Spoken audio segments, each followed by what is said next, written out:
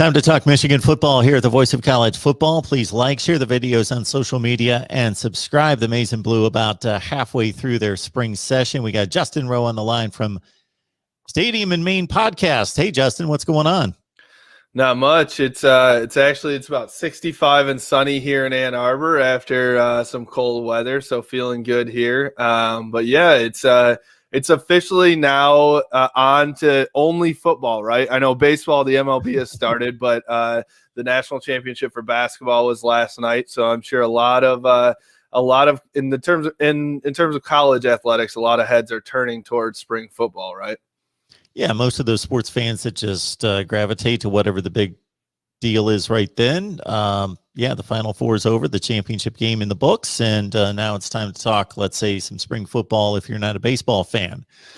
And especially spring football at Michigan gaining a whole bunch of attention because of new coaches all over the place, quarterback battle, and, of course, all the changes that need to take place on the defensive side in regards to getting back to what Michigan was producing on that side of the field prior to 2020. So, man, have at it in regards to all that. But people especially interested, of course, in Cade McNamara and J.J. McCarthy and how they're performing at this point. Yeah, and so there's a lot to unravel, and I wish this would have been a great year for a non-COVID spring ball, because if the media would have been able to have more access to this team right now, it would have been really interesting to watch things go by day. So right now, I will say it's tough to get a real pulse on what's going on inside Schembechler Hall, but there is some things that leak out, of course, as always. There's a bunch of rumblings, but the biggest thing that we've heard from interviews with players and coaches is the difference in culture. It seems like there is a complete flip from the old stubborn Harbaugh and Don Brown duo of, we're going to run the football and we're going to play defense man to man, and we're going to, we're not going to make changes and we're just going to run it down your throat, that type of thing. That old style is no longer. They have completely switched the culture in practice. They're playing music. It's all upbeat. They're, which kind of blew my mind that they weren't playing any music before. I've been around a lot of practices in my life and even at Michigan, and they're always playing music, at least to portray some crowd noise or things like that. But it sounds like in the last couple of years, they really didn't have much. So that was the first thing that I think that these players have really noticed is it's just more upbeat. Practice is fun now. It's not a grind as much as it was before, because, when you're playing well, practice can be fun. When you're not playing well, practice can be about the worst time of your life, So I think that they're feeling a little bit different now that, they're trying to put some energy. And we talked about this in the past when these young coaches, that was the whole point of Jim Harbaugh bringing in. I think there's no coach other than Harbaugh less than, I think, 35 or 36 on the staff now.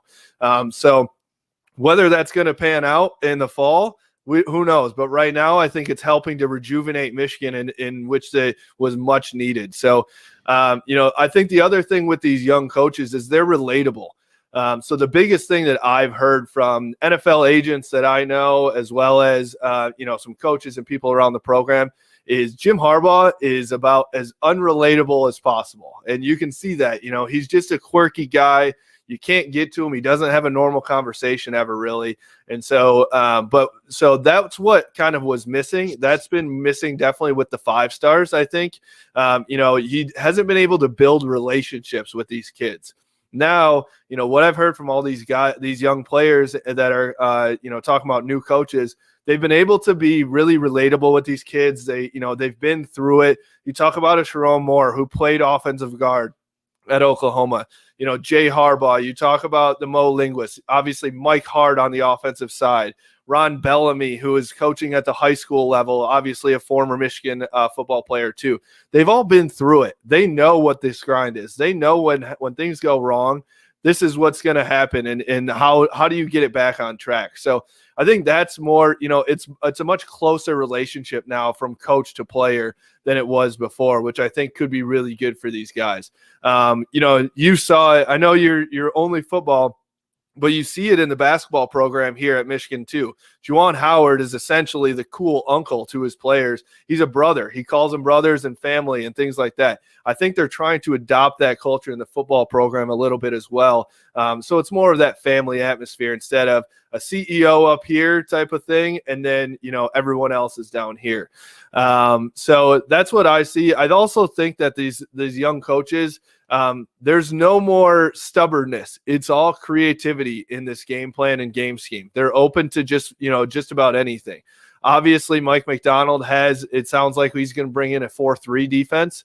But I think it's still, there's a lot of different cooks in the kitchen right now that are trying to formulate game plans for the fall. So I think that will help, in terms of if we want to go into the defensive side, that will help, I think, because nobody knows what Mike McDonald is going to run and Michigan is going to run, which is a lot different from the past few years where it seemed like everybody, including every fan in Michigan Stadium, knew what defense Michigan was going to run, and every other opponent knew how to run against it.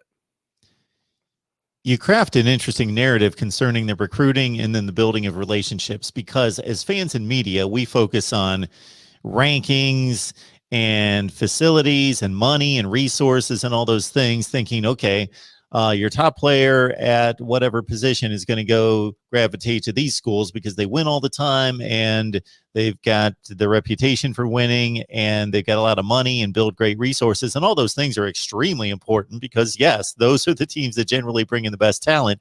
But it is still a young man going off to college that needs a relationship, that needs to believe that he can trust the individuals that are in charge and build a relationship so he feels comfortable going away to college. They're 18 years old. And so I think we underestimate that considerably in this whole process.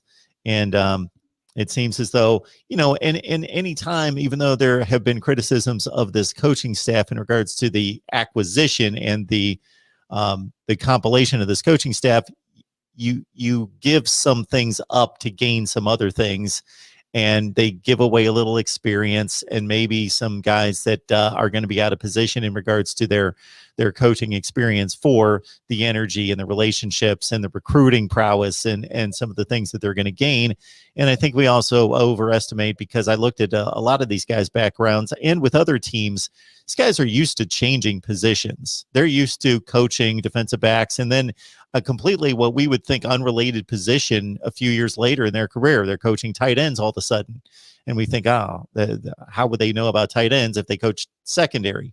But they know football. They learn from each other. They adapt. They talk. And so it's an experiment that will continue. And of course, most of the rhetoric's going to be positive, which we expect, but that's no different than any other destination in college football during the spring.